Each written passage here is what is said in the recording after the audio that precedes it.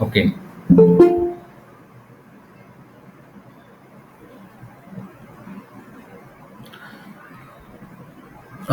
These questions. First question: how many atoms of carbon, hydrogen, and oxygen are respectively present in molecules of glucose? Anybody answer? H12 and 6. C6, H12, and O6. Very good. Here, this is a chemical formula of glucose. In glucose, 6 carbon atom, 12 hydrogen atom, and 6 oxygen atom are present. This is a chemical formula of the glucose. Then next question: which type of chemical bonds are present between all these atoms? Covalent bond between them. Yes. Covalent bond. In first part, you learn that this is a covalent bond. And last question is: in terms of chemistry, what happen actually when molecules is oxidized? Suppose this is a glucose molecule. When oxidization start, oxygen enter in this glucose molecules, means addition of oxygen and loss of electrons happen in oxidized process. This is the answer of what happen in chemically in process of the oxidize. Do you understand? Yes, sir. हा. Yes, sir. Yes, sir. आता हे next question आपण बघू. हे झाले. Okay. इथं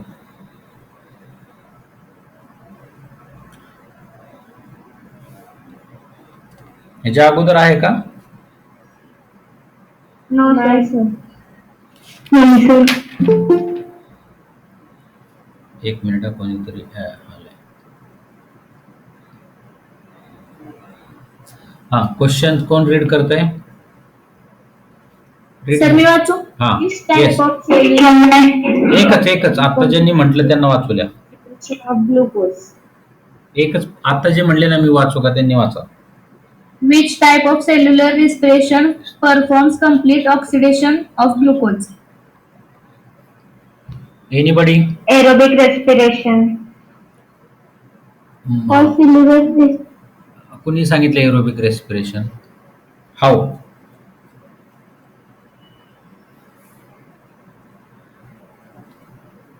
बरोबर आहे. क्वेश्चन एकदा समजवाल का? येस. इथं काय लिहिलंय? Which type of cellular respiration performs complete oxidation of glucose. What is mean by oxidation? Oxidation total breakdown झालं पाहिजे. आता ग्लुकोजचं टोटल ब्रेकडाऊन कशामध्ये होणार आहे? मी तुम्हाला हे सांगितले, तुम्हाला तुमच्या चॅप्टर मध्ये समजावून सांगतो. हे कार्बोहायड्रेट आहे. ओके. आणि हे जे तुमच्या बुक्स मध्ये एरोबिक रेस्पिरेशन आहे, हे कार्बोहायड्रेट म्हणजेच ग्लुकोज असेल. ह्याचं ग्लायकोलिसिस होणार, pyruvic acid, acetyl coenzyme, carbon, Krebs cycle आणि एनर्जी रिलीज होणार. ह्यामध्ये ऑक्सिजन यूज केला जातो. ह्याच्यामध्ये कम्प्लीट ब्रेकडाऊन होतं. कम्प्लीट म्हणजे ऑक्सिडायझेशन होतं. पण जेव्हा ऑक्सिजन नसतो तेव्हा काय होतं? एक तर त्याचं अल्कोहोल तयार होतं, नाहीतर लॅक्टिक ऍसिड तयार होतं. हे तुम्हाला मी सांगितलेलं आहे. म्हणजे ह्याच्यात कुठं ऑक्सिजन तुम्हाला एनर्जी मिळणार पण कमी प्रमाणात मिळणार. पूर्ण आता अल्कोहोल फॉर्म झालं, तुम्हाला पूर्ण ऑक्सिडेशन झालं का? नाही. कम्प्लीट ऑक्सिडेशन फक्त एरोबिक रेस्पिरेशन मध्ये होतं. म्हणजे तुमच्या लक्षात येते काय? समजा तुम्ही एक्सरसाइज करताय, उदाहरणार्थ तुम्ही पुशअप्स मारले, सूर्यनमस्कार केले, तर तुमचे काही वेळाने खांदे दुखा लागतात. त्यावेळेस काय होतं? ऑक्सिजन कमी पडतो तुमच्या सेलला. Lakh of oxygen what happen? त्यामध्ये सेल्स एनर्जी तर क्रिएट करतात. एनर्जी क्रिएट केली म्हणूनच तुम्ही सूर्यनमस्कार करू शकताय किंवा कुठलीही एक्सरसाइज करू शकता. पण एनर्जी गेन होते, पण त्या प्रमाणात पूर्ण ऑक्सिडेशन होत नाही due to lack of oxygen. In that case lactic acid is form in our muscle आणि आपल्या मसल टायर्ड होतात. मग दुसऱ्या दिवशी हात दुखणं, 4-5 दिवस तुम्हाला कुठलीच ऍक्टिव्हिटी करता नाही येणं, हे जे हॅपन होतं due to the lactic acid. तर ह्या जी प्रक्रिया मी तुम्हाला सांगितली आता, त्याला ऑक्सिजन डिबेट असं म्हणतात. तुम्हाला नाही आहे अभ्यासाला. ऑक्सिजन डिबेट म्हणजे ऑक्सिजन तुमच्या सेल्सला कमी पडला. आता समजा तुम्हाला 10 किलोमीटर पळायला लावलं, तुम्ही पळणार, तुम्हाला एनर्जी मिळणार, पण ऑक्सिजन जेवढा पाहिजे तेवढा मिळत नाही. त्यावेळी सेलमध्ये काय तयार होतात मसलमध्ये? Lactic acid. Without oxygen energy तर क्रिएट होत राहते, फॅट्स पासून असेल, प्रोटीन पासून असेल. ती जी एनर्जी क्रिएट झाली, आपण पूर्ण ऑक्सिडेशन झालं नाही ऑक्सिजन नसल्यामुळं, त्यामुळे लॅक्टिक ऍसिड फॉर्म झालं. या प्रक्रियेला काय म्हणतात? Oxygen debate. म्हणजे त्यामुळे तुमचे मसल दुखतात, पाय दुखतात. लक्षात येतंय का? मग ह्याचं उत्तर काय आहे? कुठं गेला क्वेश्चन तो? एक मिनिट, किती नंबर पेजवर आहे तो? 16. खाली आहे ना?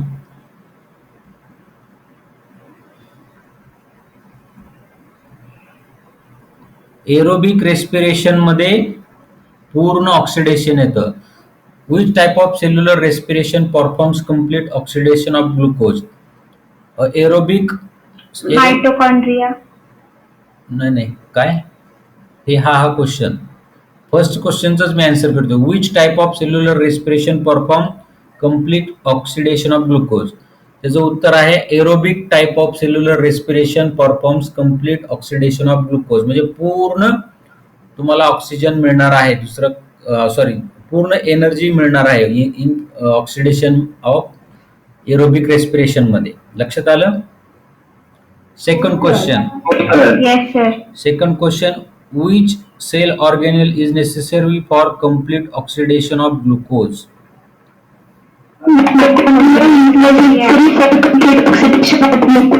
एक मिनिट, परत सांगा, एकानेच सांगायचं. आता ज्यांनी शेवटीच थांबले. Mitochondria. Yes, mitochondria. Mitochondria. Yes, mitochondria. तुम्हाला मी सारखं, तुम्ही म्हणत असाल सारखंच पिक्चर काढतं. हे सारखं पिक्चर का काढतो? तुमच्या ब्रेन मध्ये फिट झालं पाहिजे. सेल हे काय? न्यूक्लियस. हे माइटोकॉन्ड्रिया, हे सायटोप्लाझम. म्हणजे माइटोकॉन्ड्रिया इतका, माइटोकॉन्ड्रिया हे त्याचं उत्तर आहे की ज्या ठिकाणी कम्प्लीट ऑक्सिडेशन ऑफ ग्लुकोज होतं. ग्लायकोलिसिस कुठं होतं?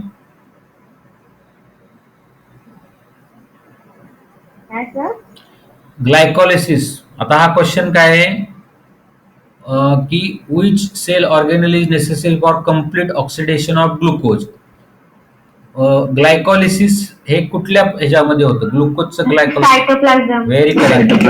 बाकीचे येस, बाकीचे 2 स्टेप जे आहेत, क्रेब सायकल असेल किंवा ETC असेल, हे सगळं कुठं होतं? माइटोकॉन्ड्रियामध्ये. बरोबर? Yes, sir. आता नेक्स्ट क्वेश्चन बघू आपण.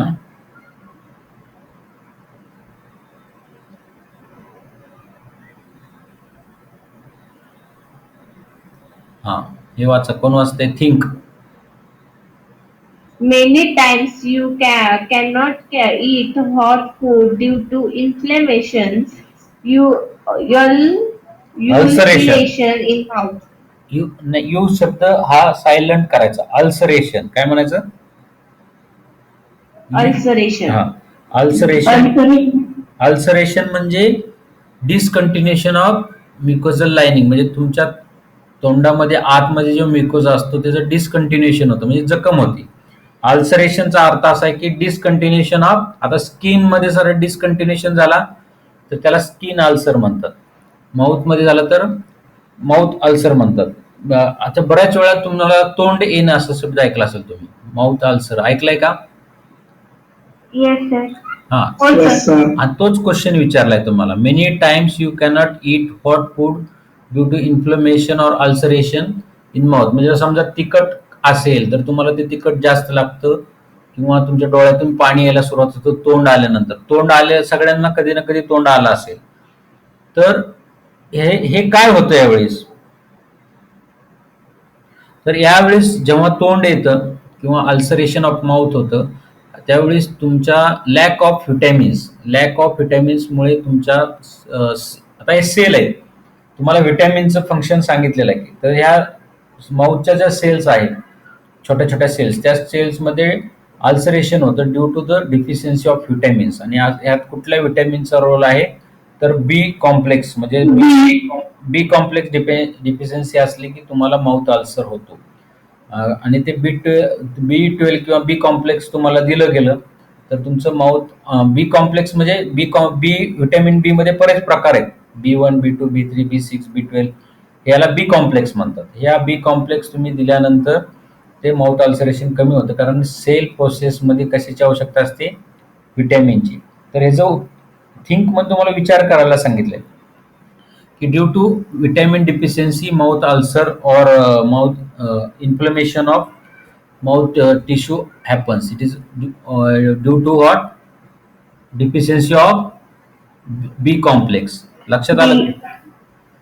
तुम्हाला हे बी कॉम्प्लेक्स लिहायचं आहे. ह्याचं आन्सर काय आहे की क्वेश्चन नाहीच आहे, तुम्हाला फक्त थिंक करायला सांगितलंय. ह्याच्यामध्ये due to the deficiency of B vitamins like B complex mouth ulceration और माउथ इन्फ्लेमेशन हॅपन. आलं लक्षात? आता सेकंड क्वेश्चन. Yes, हो sir. Sir. Second question. Some person experience difficulty in night vision since their childhood or adolescence. म्हणजे night vision म्हणजे रात्री त्याला कमी दिसतं. हे कशामुळे होतं? Night blindness. Yes. Deficiency of vitamin A. हा, व्हिटॅमिन ए. म्हणजे आता जसं माउथ अल्सर बी कॉम्प्लेक्सने होतो तसं व्हिटॅमिन एच्या डिफिशियन्सीमुळे काय होणार आहे तर नाईट ब्लाइंडनेस म्हणजे रात्री कमी दिसायला लागतं. त्यांना व्हिटॅमिन ए दिलं की लहान मुलांना आपलं जे इम्युनायझेशन प्रोग्राम आहे गव्हर्नमेंटचा, जसं आता कोरोनाचं इम्युनायझेशन चालू आहे तसं व्हिटॅमिन एचं सुद्धा इम्युनायझेशन असतं. त्याच्यामध्ये व्हिटॅमिन ए दिलं की तुमची दृष्टी सुधारते. त्यासाठी तुम्ही फळं खाल्ले पाहिजेत. पपई असेल वगैरे सगळ्या फळांमध्ये व्हिटॅमिन ए असतं, पपईमध्ये जास्त करून असतं. आलं लक्षात? हो सर. आता पुढं झाले.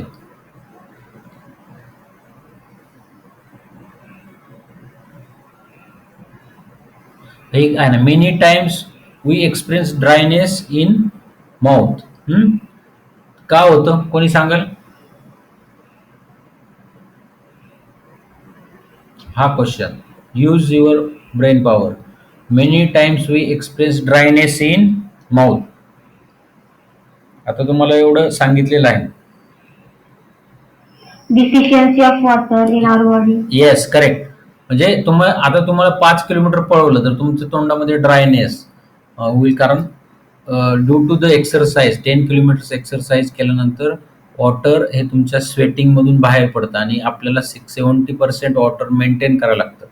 त्यावेळेस तुमच्या सगळ्या सेलकडून वॉटर खेचून घेतलं जातं बॉडीकडून. मग हे का होतं ड्रायनेस ऑफ माउथ?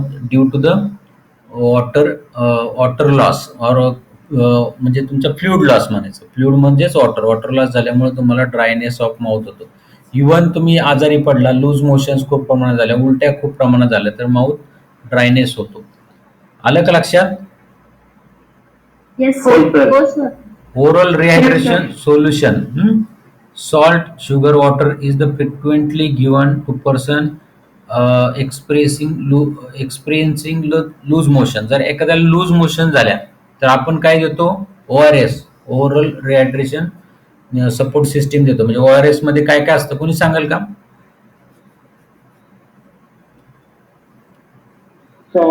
हा. किती प्रमाणात असतं? अंदाजे सांगा, अंदाजे. 1 litre.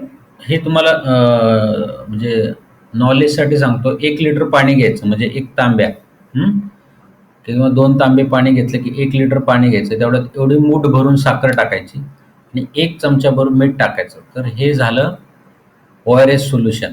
Okay. Oral rehydration supplement म्हणजे तुम्हाला तुमच्या शरीरात गेलेलं पाणी आणि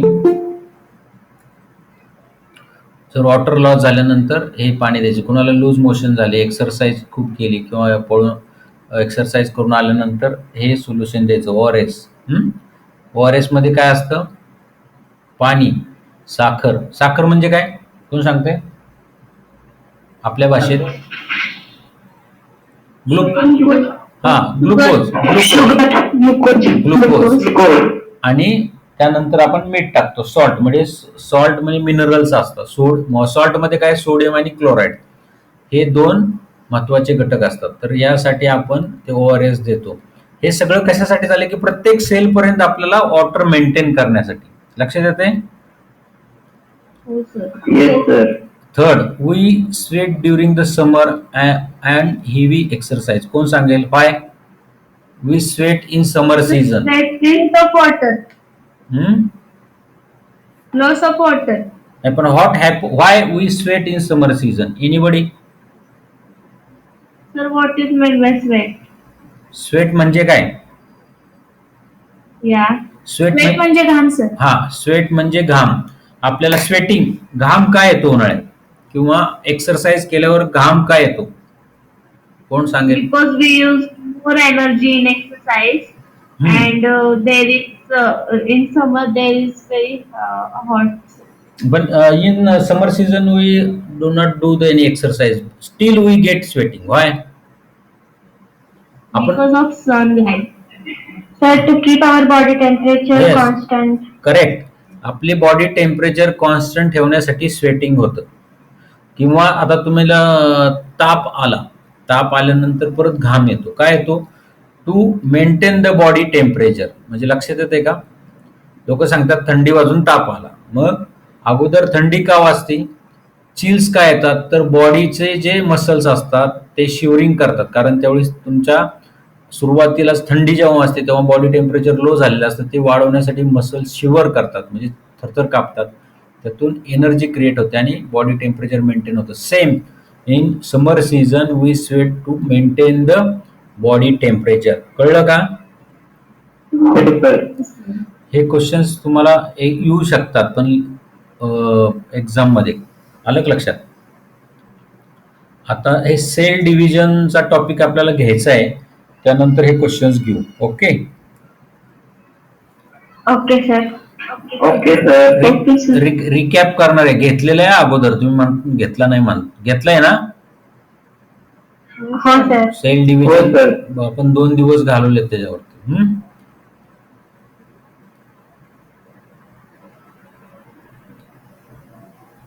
आता हे लास्ट टॉपिकचा आहे सेल डिव्हिजन. ओके? नवीन कोण आहेत का स्टुडंट? हो सर. तुमच्यासाठी हे थोडक्यात घेतोय. किंवा तुम्ही जे यूट्यूब चॅनल आहे त्याच्यावर पण डिटेल्समध्ये आपण हा टॉपिक घेतलाय, तो ऐकू शकता. तुम्ही ऐका, तुमच्या सगळ्या कन्सेप्ट क्लिअर होतील. ऐकलंय का तुम्ही? हो सर. नाही, जे नवीन आहेत त्यांनी जरूर ऐका, जुन्यांनी पण ऐका, म्हणजे तुमच्या कन्सेप्ट क्लिअर होतील. आता first cell division. Cell division आपण पाहिले. सेल डिव्हिजन म्हणजे काय? Formation of new cells from one cells is called cell division. Our human body is made up of cells.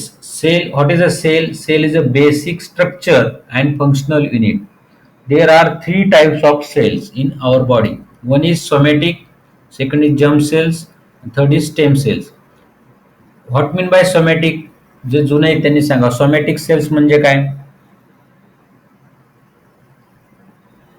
Body cells. Body cells म्हणजे आपल्या Body cells. ह्या सर्व sale ज्या आहेत, Which makes organs. Yes, all these cells are somatic cells. हाताच्या पायाच्या सगळ्या cells या सोमॅटिक सेल्स म्हणजे बॉडी. सोमॅटिक म्हणजे body cells. All these are body cells. And germ cells म्हणजे काय? दोज सेल्स रिप्रोडक्शन मध्ये Yes. जर्म सेल्स म्हणजे ज्या रिप्रोडक्शन मध्ये उपयोग होतात. म्हणजे in case of male they function as a sperm, germ cells. आणि in case of female ovum म्हणजे गॅमेट्स. आपल्या मेल आणि फिमेल गॅमेट्स पासून न्यू रिप्रोडक्शन होतं. तर ह्या न्यू रिप्रोडक्शनसाठी ह्या जर्म सेल्सचा उपयोग होतो. आणि जेव्हा हे germ cells male gamete female gamete unite होतात आणि युनाइट झाल्यानंतर त्यापासून काय तयार होतो? झायगोट. एक minute. This is a germ cells म्हणजे ज्या रिप्रोडक्शन मध्ये उपयोग येतात. इन मेल स्पर्म्स आणि in case of female ovum, म्हणजे मेल अँड फिमेल, मेल कडून स्पर्म आणि फिमेल कडून ओव्हम या दोन्हीचं फर्टिलायझेशन होतं, एकत्र येतात, झायगोट तयार होतो, झायगोट पासून एम्ब्रिओ तयार होतो. या एम्ब्रिओला स्टेम सेल्स म्हणतात. म्हणजे वडिलांकडून स्पर्म्स आणि आईकडून ओव्हम याचं मिलन झाल्यानंतर एक झायगोट वन सेल तयार होतो आणि या सेल पासून एम्ब्रिओ, ते सेल वाढत वाढत एम्ब्रिओ, आणि एम्ब्रिओ पासून सगळे ऑर्गन. एम्ब्रिओ मध्ये काय तुमचा हार्ट असणार आहे का? नाही. डोळे असणार नसणार, हात असणार का नसणार. त्या एम्ब्रिओ पासून सगळे ऑर्गन डेव्हलप होतात, त्याला स्टेम सेल्स असं म्हणतात एम्ब्रिओला. थोडक्यात काय, मेन सेल कुठली? हे दोन सेल्स, जर्म सेल पासून स्टेम सेल्स, ओके, आणि स्टेम सेल्स पासून सोमॅटिक सेल्स. नाही कळलं का? स्टेम सेल ओके, हे जर्म सेल्स कळाले का? जर्म सेल्स म्हणजे पुरुषांमध्ये मेल मध्ये स्पर्म, ओके, आणि फिमेल मध्ये ओव्हम. हे एका ठिकाणी एकच जर्म सेल्स असणार. मेल मध्ये स्पर्म, फिमेल मध्ये ओव्हम. मेल मधला स्पर्म आणि ओव्हम एकत्र येऊन जो एक सेल्युलर सेल तयार होते त्याला झायगोट म्हणतात. आणि ह्या झायगोट मध्ये परत सेल डिव्हिजन होतं, वेगवेगळं परत सेल डिव्हिजन होतं आणि एम्ब्रिओ तयार होतो. एम्ब्रिओ म्हणजे गर्भ मराठीत. हा जो एम्ब्रिओ आहे, एम्ब्रिओ म्हणजे गर्भ, ह्या एम्ब्रिओ पासून तुमचे सगळे ऑर्गन डेव्हलप होणार, म्हणजे हार्ट डेव्हलप होणार, त्यानंतर किडनी डेव्हलप होणार, डोळे, हात, पाय सगळे ह्या एम्ब्रिओ सेल पासून तयार होतं. ह्या एम्ब्रिओ सेलला स्टेम म्हणजे मूळ, तुमच्या रूट सेल्स म्हणतात. ह्याच्यातूनच तुमचं सगळे ऑर्गन तयार होतात, म्हणून याला स्टेम सेल्स म्हणतात. म्हणजे ह्या स्टेम सेल्स नंतर कशात कन्व्हर्ट होतात? सोमॅटिक सेल्स मध्ये. Somatic cell. जर्म आता सोमॅटिक सेल मध्ये. सिद्धी का? आता सिद्धीलाच कळलं नव्हतं ना? हा सर. तुमचंच नाव सिद्धी आहे ना, दुसऱ्याचं नाही ना? नाही. हा, ओके. नाही, काय ते पालकांच्या नावाने मोबाईल असतात ना, त्यामुळे विचारलं. तर हे लक्षात आलं का? मूळ सेल्स जर्म सेल पासून आपला प्रवास सुरू होतो. तर एम्ब्रिओ पासून स्टेम सेल्स पासून सोमॅटिक सेल्स. म्हणजे ह्या सेल कशा कशा होत गेल्या हे तुमच्या लक्षात आलं का? फर्स्ट कुठलं? जर्म सेल पासून स्टेम सेल्स पासून सोमॅटिक सेल्स. हे इंटरलिंकिंग कळालंय का नाही? Yes, हा sir. कळलं सर. आता तुम्हाला तुम्हाला समजलं. 3 टाइप्स ऑफ सेल सांगायच्या आहेत. कुठल्या? First is somatic cell, germ cells and stem cells. Stem cell. आता स्टेम सेल्स, आता हे स्टेम सेल्स तुम्हाला पुढे आहे अभ्यासाला, त्यात सांगू. या स्टेम सेल्स पासून नवीन सायन्स होत आहे की याच्यामध्ये तुमच्या ह्या म्हणजे आता जे कोण मुलं जन्माला येतील नवीन, त्यांचे जी नाळ असते, ती नाळ म्हणजे आईपासून बाळाला जे जोडणारी ट्यूब असते, ती कॉर्ड असते, ती कॉर्ड कट करून ठेवतात फ्रीज करून. आणि ह्या कॉर्डमध्ये तुमच्या रूट सेल्स असतात, म्हणजेच ह्या स्टेम सेल्स असतात. आणि स्टेम सेल म्हणजे सगळ्यात इंजेक्ट करून तुम्हाला भविष्यात काय आजार झाला, ऍक्सिडेंट झाला तर सेल रिजनरेशनसाठी ह्या स्टेम सेल्स वापरतात. समजा तुमचा स्पायनल कॉर्ड रप्चर झाला तर त्या स्टेम सेल्स काढून नवीन स्पायनल कॉर्ड तयार करण्याचं टेक्निक आता नवीन सुरू झालेलं आहे. ते स्टेम सेल्स थेरपी म्हणतात. तुम्हाला आहे पुढे अभ्यासाला, त्यावेळेस मी तुम्हाला डिटेलमध्ये सांगतो. कळलं? Yes, sir. हो सर. आता Yes, sir. आता ह्या सेलच्या सेल्स टाईप मध्ये काय confusion? No sir. No, sir. No. आता ह्या एक सोमॅटिक सेल पासून दुसरी सोमॅटिक सेल कशी तयार होती, एका जर्म सेल पासून दुसरी जर्म सेल कशी तयार होते, ह्या स्टेम सेल्स पासून दुसरी स्टेम सेल कशी तयार होते, त्याला सेल डिव्हिजन म्हणतात. हे जर सेल डिव्हिजन नाही झालं तर आपण लहानाचे मोठे होणार नाही, किंवा नवीन आपल्याला कुठे इंजुरी झाली, मार लागला तर त्याच्यापासून नवीन मार लागला, आपल्याला कट झालं तर त्याचं सेल डिव्हिजन होतं आणि नवीन सेल्स तयार होऊनच ती जखम भरली जाते, किंवा आपण मोठे होतो, लहानाचे मोठे होते. हे सेल डिव्हिजनमुळेच आहे. म्हणून cell division is a essential life process. Wound healing, growth हे सगळं सेल डिव्हिजनमुळे होतं. सेल डिव्हिजनचे 2 टाईप आहेत. 2 टाईपच्या सेल डिव्हिजन आपल्या शरीरात होतात, मायटॉसिस आणि दुसरं आहे meiosis. Mitosis happen in somatic cells and stem cells. लक्षात येते का? ह्या मायटॉसिस जो प्रकार आहे सोमॅटिक सेल्स आणि स्टेम सेल्स मध्ये होतो, आणि मिओसिस हा जेम सेल्स म्हणजे स्पर्म आणि ओव्हम मध्ये होतो. म्हणजे पुरुषांमध्ये स्पर्म आणि ओव्हम म्हणजे फिमेल मध्ये हे मिओसिस होतं. आता व्हॉट इज अ मायटॉसिस? हे सेल डिव्हिजनचे प्रकार आहेत. आता मायटॉसिस म्हणजे काय नेमकं हे आपण पाहणार आहे. somatic cells and stem cells. हा, somatic cells and stem cells म्हणजे मायटॉसिस होतं. What is a mitosis? तर आता हे तुम्हाला मी परत तेच सांगणार. दिस इज अ सेल, हे न्यूक्लियस, हे जेनेटिक मटेरियल. Genetic material. या जेनेटिक मटेरियल मध्ये काय आहे? Genetic material, chromosome. Chromosome. Okay. आता हे chromosome, in case of human being there are 46 chromosomes. किती क्रोमोझोम्स असतात? 46. 46. तर दे आर इन पेअर, म्हणून त्याला 23 पेअर क्रोमोझोम्स असतात. किती? 23. मग आपण एन म्हणजे एक क्रोमोझोम, मग त्याला आपण 2n असं लिहिणार, बरोबर? ओके. म्हणजे 23 pairs of chromosomes are in our body.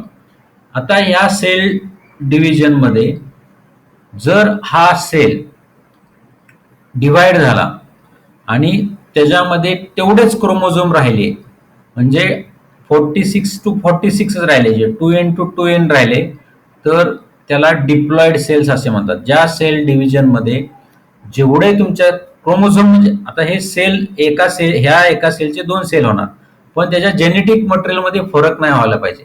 म्हणजे ते 46 आहेत ते 46च राहतात. या केसला डिप्लॉइड सेल असे म्हणतात. कळलं का?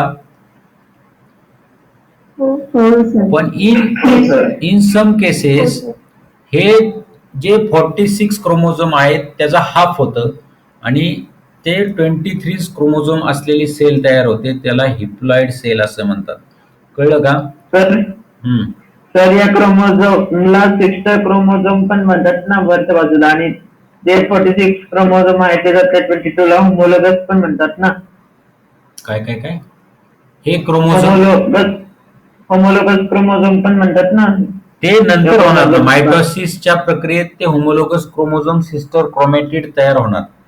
आता आपण काय बघतोय की जे सेल डिव्हिजन आहे, ज्या सेल डिव्हिजन मध्ये जेवढे क्रोमोझोम आहेत तेवढेच राहतात, 2n to 2n, त्याला डिप्लॉइड सेल डिव्हिजन म्हणायचं. आणि ज्याच्यामध्ये क्रोमोझोम हाफ होतात, म्हणजे 46 चे 23 होतात, त्याला हिप्लॉइड सेल्स म्हणतात. आणि तू जे सांगतोय आदित्य, ते आता पुढे आहे मायटॉसिस मध्ये. ओके. Okay sir. हे जे आहे मायटॉसिसच आहे. डिप्लॉइड सेल्स तयार होणं हे मायटॉसिसच आहे. पण जेव्हा क्रोमोझोम तेवढेच राहतात त्याला डिप्लॉइड सेल म्हणतात, आणि क्रोमोझोम निम्मे होतात त्याला हिप्लॉइड सेल म्हणतात. आलं का लक्षात? Yes sir. आता आपण डिप्लॉइड सेल्स कशा तयार होतात ते बघू. त्यालाच काय म्हणतात? मायटॉसिस. आणि हिप्लॉइड सेल्स तयार होतात त्याला काय म्हणतात? मिओसिस. आलं का लक्षात? आता हे तुम्हाला अजून डिटेल मध्ये सांगतो. हे सेल, बरोबर, हे न्यूक्लियस, हे जेनेटिक मटेरियल, ह्याच्यापासून 2 सेल तयार झाल्या. यातले क्रोमोझोम आहे तेवढेच राहिले, 2n to n. ह्याला मायटॉसिस म्हणायचं. मिओसिस मध्ये ही सेल, हे न्यूक्लियस, ह्याच्यामध्ये हे तुमचे क्रोमोझोम्स, हे क्रोमोझोम निम्मे झाले, त्याला हिप्लॉइड सेल्स म्हणजेच मिओसिस असं म्हणायचं. कळलं का? हो सर. चला आता आपण पुढे बघू. आता हे सेल डिव्हिजन कसं होतं. सेल डिव्हिजन म्हणजे एका सेल पासून 2 सेल्स तयार होणे. आता ही सेल आहे, this nucleus, this is a chromosome. ही सेल डिवाइड झाली. सेल डिवाइड होताना फर्स्ट न्यूक्लियस डिवाइड होतो आणि then first division of nucleus. Nucleus म्हणजे जेनेटिक मटेरियलची पहिली वाटणी होणार. म्हणजे न्यूक्लियस जे जेनेटिक आहे, म्हणजे न्यूक्लियस आहे तो 2 होणार, आणि त्यानंतर सायटोप्लाझम म्हणजे बाहेरचा पार्ट डिवाइड होणार. या दोन ज्या प्रक्रिया आहेत म्हणजे सेल डिव्हिजनचे दोन स्टेजेस आहेत. फर्स्ट स्टेज आहे न्यूक्लियस डिव्हिजन, त्याला काय म्हणतात कायरोकायनेसिस. जेव्हा न्यूक्लियस ब्रेक होतो, कायरो म्हणजे न्यूक्लियस, तर ब्रेकडाऊन, कायनेसिस म्हणजे ब्रेकडाऊन, म्हणजे न्यूक्लियसचं ब्रेकडाऊन होणं आणि नंतर सायटोप्लाझमचं ब्रेकडाऊन होणं. या दोन प्रक्रिया मायटॉसिस मध्ये होतात. पहिलं काय होणार आहे, न्यूक्लियस डिवाइड होणार. लक्षात येते का? Yes, sir. हे न्यूक्लियस डिवाइड झाले, त्याचे दोन न्यूक्लियस तयार झाले, त्याला कायरोकायनेसिस म्हणायचं. आणि जेव्हा सायटोप्लाझम डिवाइड होईल त्याला काय म्हणायचं, सायटोकायनेसिस. सायटो म्हणजे सायटो, येस. आता कायरोकायनेसिस, सायटोकायनेसिस. आता परत मायटॉसिसच्याच कायरोकायनेसिस म्हणजे न्यूक्लियस डिव्हिजन मध्ये परत 4 स्टेप आहेत. एक प्रोफेज, मेटाफेज, अनाफेज आणि टेलोफेज. आता ही प्रोफेज काय आहे, मेटाफेज काय आहे, अनाफेज काय आणि टेलोफेज काय, हे तुम्हाला आता डिटेल मायटॉसिस मध्ये म्हणजे सेल डिव्हिजन मध्ये मायटॉसिस मध्ये पहिल्यांदा कायरोकायनेसिस, देन सायटोकायनेसिस. हे लक्षात, मी तुम्हाला परत परत का सांगतो माहिती का, तुम्हाला हे लक्षात राहावं म्हणून. तरच तुम्हाला क्वेश्चनचे आन्सर येतील. आता आपण पहिल्यांदा क्रोमोझोम काय आहे बघा, तुमच्या बुक्स मध्ये हे आहे. आता हे तुमचे क्रोमोझोम्स, सुरुवातीला हे पाहिले, हे क्रोमोझोम्स. हे जे क्रोमोझोम्स आहेत ह्याचं चित्र तयार केलं. ह्याच्यामध्ये हा पी आर्म गेल्या वर्षी झालेला आहे, ज्यांचं लॉकडाऊनमुळे झालं नाही त्यांनी परत ऐकायचं. पी आर्म मध्ये सेंटरला सेंट्रोमियर आणि ह्याला क्यू आर्म म्हणतात. आणि हे जे असं गुंडाळ्या सारखं दिसतं हे डीएनए. ह्या क्रोमोझोम मध्येच डीएनए असतो. हे कळलं का? Yes sir. Yes, sir. चला आता आपण Yes, sir. कायरोकायनेसिस मधली फर्स्ट स्टेज प्रोफेज. म्हणजे ह्या प्रोफेज मध्ये हे काय आहे, सेल, ह्याच्यामध्ये हे न्यूक्लियस, हे न्यूक्लिअर मेम्ब्रेन. तर फर्स्ट स्टेज मध्ये न्यूक्लिअर मेम्ब्रेन स्टार्ट डिसअपिअरिंग, म्हणजे हे न्यूक्लिअर मेम्ब्रेन डिसअपिअर व्हायला सुरुवात होते. Then centriole is form.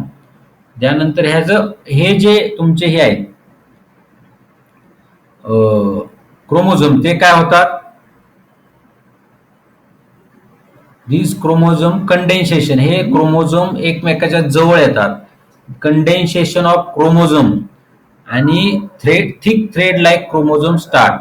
Due to this short and thick chromatids तयार होतात. म्हणजे हे जे क्रोमोझोम आहेत हे छोटे हे एकमेकाच्या जवळ येऊन कंडेन्सेशन म्हणजे एकमेकावर लपटतात असे, आणि त्याच्यापासून 2 सिस्टर क्रोमॅटिड एकमेकाशी तयार होतात. हे याला सुरुवात होती. Centriole duplicate on each centriole. हा जो सेंट्रिओल आहे हा 2 डुप्लिकेट होतो, ह्या ठिकाणी एक येतो आणि ह्या ठिकाणी एक येतो. हे प्रोफेज मध्ये होतं. प्रोफेज मध्ये काय होणार आहे, हे तुमची सेल, हे बुक मधलं पिक्चर आहे, हे क्रोमोझोम. हे क्रोमोझोमच्या अगोदर हे न्यूक्लिअर मेम्ब्रेन डिसअपिअर व्हायला सुरुवात होणार आणि हे क्रोमोझोम्स एकमेकाच्या जवळ येऊन सिस्टर क्रोमॅटिड तयार होणार. हे 2 क्रोमोझोम. ऍक्च्युली हे क्रोमोझोम जे तुमचे नॉर्मल सेल असते त्याच्यामध्ये एवढे प्रॉमिनंटली दिसत नाही. जेव्हा सेल डिव्हिजन सुरू होते तेव्हा ते एकमेकाच्या जवळ येतात, त्याला कंडेन्सेशन म्हणतात, आणि सिस्टर क्रोमॅटिड तयार होतात आणि हे न्यूक्लिअर मेम्ब्रेन डिसअपिअर व्हायला सुरुवात होते. ओके, प्रोफेज कळालं का? प्रोफेजच्या पुढची स्टेज आहे metaphase. Nuclear membrane completely disappear. Okay, हे न्यूक्लिअर मेम्ब्रेन पूर्णपणे डिसअपिअर झाले. तुम्हाला इथं हे गेलं दिसतं का? हे पूर्ण nuclear membrane disappear. Nuclear membrane गेल्याशिवाय डिव्हिजन कसे होणार, बरोबर? Chromosomes complete their condensation and become clearly visible along with sister chromatid. हे क्रोमोझोमचं कंडेन्सेशन म्हणजे एकमेकाच्या जवळ होऊन सिस्टर क्रोमॅटिड तयार होऊन ते तुम्हाला दिसायला लागतात. हे दिसते का? Along with sister chromatid. All chromosomes are arrange parallel to equatorial plane. Centre plane म्हणजे हे सेंटर प्लेनला इक्वेटोरियल प्लेन म्हणजे मध्ये मध तुमच्या तयार होतात. आणि हे जे सेंट्रिओल आहे, सॉरी हे मेटाफेज तुम्हाला, हे सेंट्रिओल जे आहे, हे सेंट्रिओल आणि ते क्रोमोझोम एकमेकाला स्पिंडल फायबरनी अटॅच होतात. हे spindle fibre special type of flexible protein, त्याला स्पिंडल फायबर म्हणतात. Centromere to the centrioles. लक्षात, सेंट्रोमियर म्हणजे बरोबर क्रोमोझोमच्या मधला भाग, म्हणजे ह्या इथून ते इथं सेंट्रोमियर पर्यंत हे स्पिंडल फायबर अटॅच व्हायला सुरुवात होते. हे मेटाफेज मध्ये. कळलं का? मेटाफेज कळाला? स्पिंडल फायबर त्या क्रोमोझोमला, सिस्टर क्रोमॅटिडला अटॅच होतात सेंट्रोमियरच्या ठिकाणी, आणि हे स्पिंडल फायबर आता पुढे अॅनाफेज मध्ये त्या क्रोमोझोमला ओढणार. आता अॅनाफेज, सेंट्रोमेअर स्प्लिट होतो and thereby sister chromatid of each chromosome separate and they are pulled apart in opposite direction. Okay. Anaphase, हे जवळ जे होते, हे ह्या स्पिंडल फायबरने इकडं आणि इकडं असे हे क्रोमोझोम्स खेचले गेले अॅनाफेज मध्ये. लक्षात येते का? या स्पिंडल फायबर पासून हे क्रोमॅटिड, जे सिस्टर क्रोमॅटिड आहेत, ह्या दोन्ही बाजूला ओढल्या गेल्या. Okay. Separated sister chromatid are called daughter chromosomes. ह्या ज्या क्रोमॅटिड पासून सेपरेट झाल्या त्याला डॉटर क्रोमोझोम म्हणतात. या म्हणजे वेगवेगळ्या सेल्स तयार झाल्या, त्याच्यामध्ये सेल्स म्हणजे क्रोमोझोम्स तयार झाले, त्याला काय म्हणतात? Daughter chromosomes. Chromosomes being pulled appear like a bunch of bananas in, म्हणजे हे दिसायला कशासारखे दिसतात? केळीच्या ह्याच्यासारखे दिसतात. हे दिसते का तुम्हाला? सर, बोला. तुम्ही क्वेश्चन आन्सरच घेणार आहात ना? हो, घेणार आहे ना. नाही, हे नाही सांगितलं तर पुढच्या lesson मध्ये start करणार. नाही होईल एक. आता किती वेळ राहिला? तुम्हाला सुट्टी पाहिजे का आता अजून? नाही सर, मला ते येतात ना, सो मी लेफ्ट होते, तुम्ही शिकवा. बरं चालेल, ठीक आहे. तर हे अॅनाफेज, अॅनाफेज कम्प्लीट. त्यानंतर टिलोफेज मध्ये काय होणार? Chromosome has been reach opposite poles and. आता टिलोफेज म्हणजे काय? तर प्रोफेज मध्ये जे झाले त्याच्या उलट होणार, जे डिकंडेन्सेशन ऑफ क्रोमोझोम्स म्हणजे. आता इथं काय होणार आहे? टिलोफेज मध्ये हे क्रोमोझोम्स ह्या ठिकाणी ह्या सेंट्रिओलला आल्यानंतर यांचं डिकंडेन्सेशन होणार, म्हणजे क्रोमोझोमचे कंडेन्सेशन झालं होतं ते उलटे होणार, म्हणजे जे थ्रेड लाईक क्रोमोझोम झाले ते परत डिकंडेन्सेशन होऊन ते आहे त्या स्मॉल, म्हणजे आणि परत न्यूक्लिअर मेम्ब्रेन अपिअर व्हायला सुरू होणार, म्हणजे न्यूक्लिअर मेम्ब्रेन तयार होणार आणि 2 सेल्स डिवाइड होणार ह्या टिलोफेज मध्ये. टिलोफेज पर्यंत फक्त असं तयार होणार. त्यानंतर हा सायटोप्लाझम ब्रेक होणार. कशामध्ये? सायटोकायनेसिस मध्ये. टिलोफेज कळालं का? स्पिंडल फायबर डिसअपिअर झाले, न्यूक्लिअर मेम्ब्रेन तयार झाले. ओके. सायटोकायनेसिस मध्ये सायटोप्लाझम डिवाइड होणार. ओके. आता हे मिओसिस. तुम्हाला मिओसिस जास्त अभ्यासाला नाही. ओके. मिओसिस कशामध्ये होतं? फक्त जेम सेल्स मध्ये होतं. तर मिओसिस 1 आणि मिओसिस 2 हे दोनच प्रकार आहेत. पण मिओसिस 1 मध्ये काय होतं? तर मिओसिस 1 मध्ये परत 5 स्टेजेस आहेत. तुम्हाला हे अभ्यासाला नाहीये, तुम्हाला 11वी 12वीला हे अभ्यासाला आहे. त्याच्यामध्ये लेप्टोटीन, झायगोटीन, पॅचिटीन, डिप्लोटीन अँड डायकायनेसिस हे 5 स्टेप होतात. म्हणजे आता हे जे प्रोफेज आहे, आता आपण मायटोसिस मध्ये प्रोफेज पाहिलं, सेम, फक्त ह्याच्यामध्ये काय वेगळा बदल तुम्हाला सांगतो. आता हे प्रोफेजचे 5 स्टेप आहेत, 1, 2, 3, 4 आणि 5. प्रोफेज मिओसिस मध्ये फक्त आता काय होणार आहे? जेवढे क्रोमोझोम, म्हणजे मायटोसिस मध्ये जेवढा क्रोमोझोम्स होते तेवढेच क्रोमोझोम राहिले. मिओसिस मध्ये त्याच्या हाफ होणार आहे. तर या मिओसिस मध्ये आता हा सेल आहे, या सेलचे 5 स्टेजेस होतात मिओसिस मध्ये. आता हे मिओसिस मध्ये प्रोफेज वन मध्ये काय होणार आहे? कंडेन्सेशन ऑफ क्रोमोझोम कंडेन्सेशन व्हायला सुरुवात झाली, न्यूक्लिअर मेम्ब्रेन डिसअपिअर व्हायला सुरुवात झाली. सेकंड स्टेज दिसली का? हे तुमचे क्रोमोझोम एकमेकाच्या जवळ आले, कंडेन्सेशन झाले, थ्रेड लाईक म्हणजे ते विजिबल व्हायला लागले. हे क्रोमोझोम थर्ड स्टेज मध्ये एकमेकाला क्रॉस होतात. आता ह्या इथं तुम्हाला क्रोमोझोम दिसत आहेत, एक रेड आहे आणि एक ब्ल्यू आहे. हा ब्ल्यू क्रोमोझोम रेड वरती क्रॉस झाला, हे दिसते का इथं? हा रेड हे क्रॉस झाला. हे क्रॉसिंग ऑफ क्रोमोझोम्स होतात, म्हणजे एकमेकाचं क्रॉसिंग किंवा रिकॉम्बिनेशन ऑकर. हे क्रोमोझोम ह्या साईडला एकमेकावर क्रॉस होणार आणि हे क्रॉस होऊन पुढं स्पिंडल फायबर याला तयार होणार. याला बघा, हे स्पिंडल फायबर्स तयार झाले, हे न्यूक्लियस पूर्णपणे डिसअपिअर झाला. हे तिचं प्रोफेज वन मध्ये किती स्टेजेस आहेत? 5. त्याच्यामध्ये क्रॉसिंग कुठं झालं? थर्ड स्टेजला झालं. त्या थर्ड स्टेजला स्पॅचिटिन असं म्हणतात. हे तुम्ही लक्षात ठेवू नका, फक्त थर्ड स्टेज मध्ये क्रॉसिंग झालं एवढं लक्षात ठेवा. त्यानंतर काय येणार आहे आता? प्रोफेज नंतर मेटाफेज मध्ये हे जे क्रोमोझोम आहेत, हे क्रोमोझोम कंडेन्सेशन झालं, पण हे क्रोमोझोम मध्ये सिस्टर क्रोमॅटिड तयार होत नाहीत. म्हणजे सिस्टर त्यासारख्या सिस्टर क्रोमॅटिड तयार होत नाहीत. पण हे जे क्रोमोझोम आहेत, हे कंडेन्सेशन झालं, हे क्रोमोझोम्स इकडं आणि इकडं खेचले जातात. आता ह्या इथं क्रॉसिंग झालेलं आहे, लक्षात घ्या. त्यामुळे हे क्रोमोझोम्स मेटाफेज मध्ये न्यूक्लिअर मेम्ब्रेन डिसअपिअर झालाय, स्पिंडल फायबर तयार झालेत, हे यांना इकडे खेचणार. एनाफेज मध्ये पूर्णपणे खेचले. आता हे बघा, हा तुमचा निळा क्रोमोझोम आणि रेड क्रोमोझोम मध्ये फरक झालेला आहे. हा रेड हा ब्ल्यू, हा ब्ल्यू हा रेड. का? तर ह्या ठिकाणी क्रॉसिंग झालं आणि हे हे क्रोमोझोम्स ह्या सेंट्रोमियरकडे खेचले गेले आणि त्याचे सेल डिव्हिजन झाले आणि 2 सेल्स तयार झाले. पण ह्याच्यामध्ये क्रोमोझोमचे प्रमाण हाफ झालं, निम्मे क्रोमोझोम झाले. हे हिप्लॉइड सेल्स तयार झाल्या मिओसिस 1 मध्ये. कळलंय का? Yes sir. ह्याच्यामध्ये सिस्टर क्रोमॅटिड तयार झाले का? नाही. ओके, म्हणजे हे निम्मे झाले, म्हणजे 46 च्या ऐवजी 23 तयार झाले.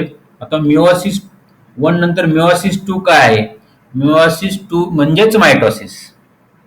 म्हणजे आता इथं दुसऱ्या स्टेजमध्ये मायटोसिसच होणार.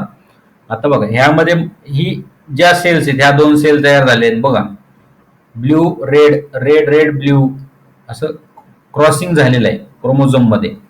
आता प्रोफेज 1 मध्ये काय होणार?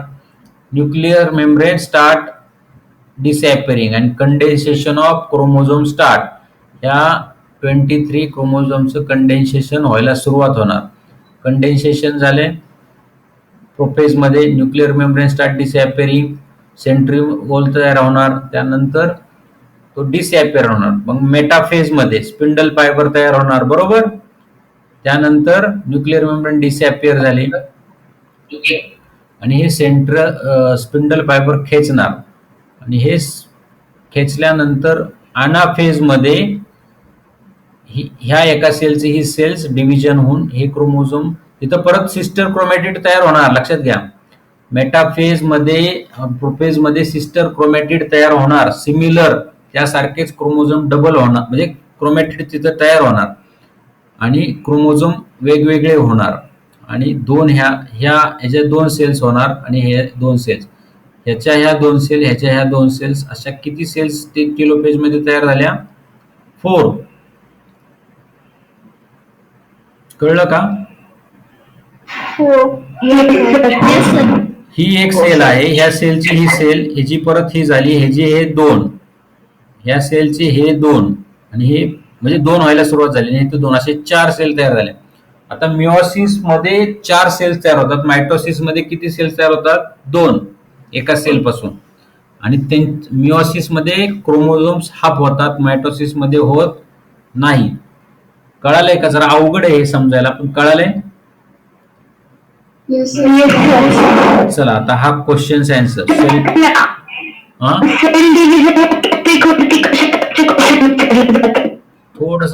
थोडस साऊंड बाजूला घेऊन बोला बरं, हळू आवाजात, मला ऐकायला चाललं नाही. काय? सेल डिव्हिजन सेल डिव्हिजन मध्ये कसले क्वेश्चन विचारले जातात? असा क्वेश्चन, हा तेच बघतोय ना आपण. आता हे क्वेश्चन्स कडे आलो. आता तुमच्या म्हणजे explain the mitosis, explain the meiosis, difference between mitosis and meiosis, हे क्वेश्चन्स आहेत. किंवा एक्सप्लेन द सेल डिव्हिजन, मग तुम्हाला दोन्ही लिहायला लागेल, मायटॉसिस आणि मिओसिस दोन्ही लिहायला लागेल. किंवा एक्सप्लेन द मायटॉसिस, 4 मार्क्स. मग मायटॉसिस मध्ये तुम्हाला 4 स्टेज लिहाव्या. पहिल्यांदा कायरोकायनेसिस, सायटोकायनेसिस. त्याच्या अगोदर तुम्हाला लिहायला लागेल की मायटॉसिस कशामध्ये होतं, सोमॅटिक सेल्स आणि स्टेम सेल्स मध्ये होतं. मिओसिस विचारलं तर मिओसिस कशामध्ये होणार आहे, जर्म सेल्स मध्ये. आणि परत तुम्हाला डिफरन्शिएशन विचारले, what is difference between mitosis आणि मिओसिस. अशा प्रकारचे क्वेश्चन तुमच्या बुक्सच्या खाली पण आहे. आणि हे तुम्हाला एक्सप्लेन व्हावं म्हणून तर मी तुम्हाला हे परत एकदा सेल डिव्हिजन घेतलं. कळलं का क्वेश्चन कसे विचारले जातील? तुमच्या आता क्वेश्चन्स आहेतच. आता first, what happen to cells of injured tissue, म्हणजे सेल इंजुरी झाल्यावर काय होतं? आफ्टर द, म्हणजे कुठल्याही सेल्सला इंजुरी झाली, तुम्हाला हाताला कापलं तर त्या सेल न्यूक्लिअर मेम्ब्रेन म्हणजे सेल मेम्ब्रेन आहे ते रप्चर होणार. सेल मेम्ब्रेन रप्चर झाल्यानंतर त्याचं रेग्युलर फंक्शन इमिडिएटली स्टॉप, म्हणजे रेग्युलर फंक्शन ते करू शकत नाही. म्हणजे आणि ब्लड कॅपिलरी रप्चर होतात. म्हणजे what happen with cell is injured tissue. Tissue म्हटले, टिश्यू म्हणजे काय माहिती का तुम्हाला? टिश्यू म्हणजे काय माहितीये? हो sir. Group of the cells, म्हणजे 1 सेल, 2 सेल, 3 सेल असे मिळून टिश्यू तयार होतो. Tissue means group of cells. लिहून ठेवा. म्हणजे अशा सेल्स एकत्र होऊन टिश्यू बनतात आणि टिश्यू पासून ऑर्गन बनतो. लक्षात आलं? अशा आता टिश्यूला इंजुरी झाली म्हणजे बोट कापल्यानंतर त्या सेल मेम्ब्रेन रप्चर होणार आणि त्या ब्लड व्हेसल्स रप्चर होऊन त्याचं नॉर्मल फंक्शन स्टॉप होतं. आलं का लक्षात? व्हॉट हॅपन, तर तुम्हाला असं like after injury of cell or tissue regular function stop, म्हणजे त्याचं रेग्युलर फंक्शन स्टॉप होतं सेलचं. कळालं का?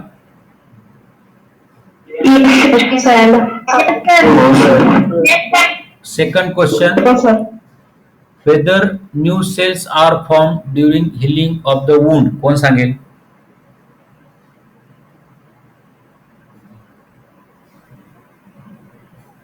येस, म्हणजे काय होतं, तुम्हाला जर कट झाल्यानंतर त्याच्यावरती तुम्ही ब्लड व्हेसल्स मधून प्लेटलेट वगैरे होऊन स्कॅब म्हणजे खपली म्हणतो ना आपण, ती धरती. पण नवीन सेल्स होण्यासाठी सेल डिव्हिजन फास्ट तयार होतं.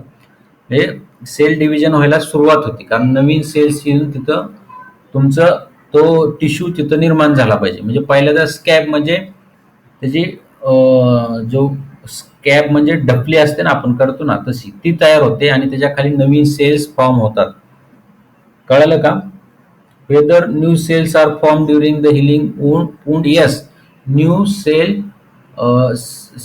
During the process of healing new cells are form. Okay, तरच ती जखम भरणार आहे. कळलं का? Yes sir. Yes. Third question, do the plants get injured when do we plug the flowers? How are those wounds heal? तुम्ही जर एखादं फुल वगैरे तोडलं तर ते इंज्युअर होतं का? तुम्हाला काय वाटतं? Plants do not have nerve cells. कोण म्हटलं? Plant do not have? Nervous system. नाही Nervous system. नाही हे नाही, प्लांटला असते ना nervous system. Yes sir, they are injured. Yes, they are injure. पहिल्या सुरुवातीला बोस ना आपले सायंटिस्ट, त्यांनी प्लांटला सेन्सेशन असतं. बरोबर आहे ना? जगदीशचंद्र बोस, बरोबर आहे का मी सांगतोय ते? प्लांट सुद्धा लिव्हिंग आहे, त्याचा शोध कोणी लावला?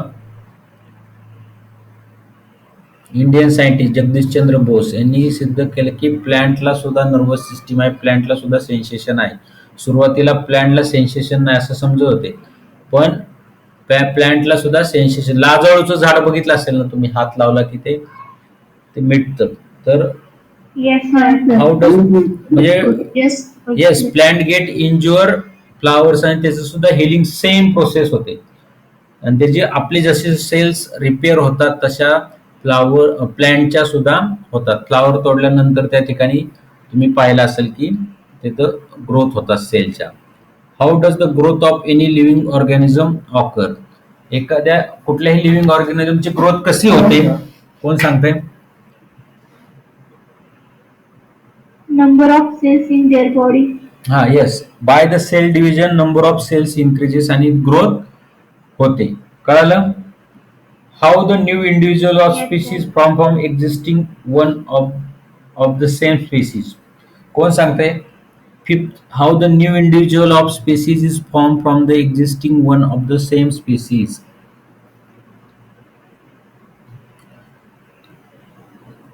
म्हणजे सेम प्रश्नाचा अर्थ तुम्हाला सांगतो की एका स्पेसीज पासून नवीन स्पेसीज कशी तयार होते, असं म्हणजे माणसापासून माणूस कसा तयार होतो असं त्यांनी. Meiosis. येस, तुम्हाला असं लागेल की जेम सेल्स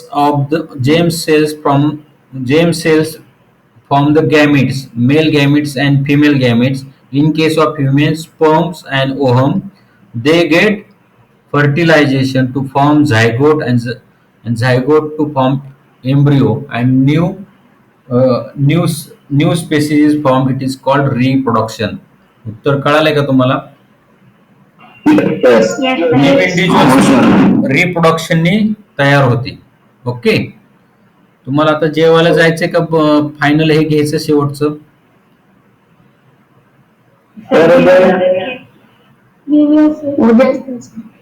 उद्या सर घे. घेऊया, थोडंच राहिलंय. नाही, थोडं कुठं राहिले, बरंच आहे की आता हे एक्सरसाइज पूर्ण राहिली. सर एक्सरसाइज उद्या घेऊया. तर उद्याच घ्या. मग आता काय राहिले, झालं ना आता हे क्वेश्चन. उद्या सर टेक्स्टबुक क्वेश्चन फक्त. येस, सर उद्याच घ्या. ओके. मग आता आजचं आपलं सेल डिव्हिजनचे सगळे क्वेश्चन्स हे झाले ना. हा क्वेश्चन राहिलाय. What is the shape of chromosome? Give the names of the figure. हे मी तुम्हाला आता एक्सप्लेन केलंय. आठवतं का एक्सप्लेन केलेलं? Yes sir. T arm, centromere, Q arm, DNA. आठवतंय का? टी आर्म, हा क्यू आर्म, हे सेंट्रोमियर आणि हे डीएनए. आत असं DNA. तुम्ही आता उद्या चॅप्टर वाचायचा आहे. जे राहिलेले जुने टॉपिक आहेत तुम्ही ऐका, म्हणजे तुमचा हा टॉपिक क्लिअर होईल आणि नंतर क्वेश्चन्स असतात आणि तुम्हाला मी नोट्स देतो. आता काय क्वेश्चन्स आहे का? आपण उद्या डिटेलमध्ये घेऊ. एक्सरसाइज अर्ध्या तासात होईल. त्यानंतर आपण life process in living organism part 2 चालू करू. Okay okay, bye, good night. Bye, sir. Thank you, Thank sir. you, sir. Bye, sir. Bye, bye sir. Good night. Good night.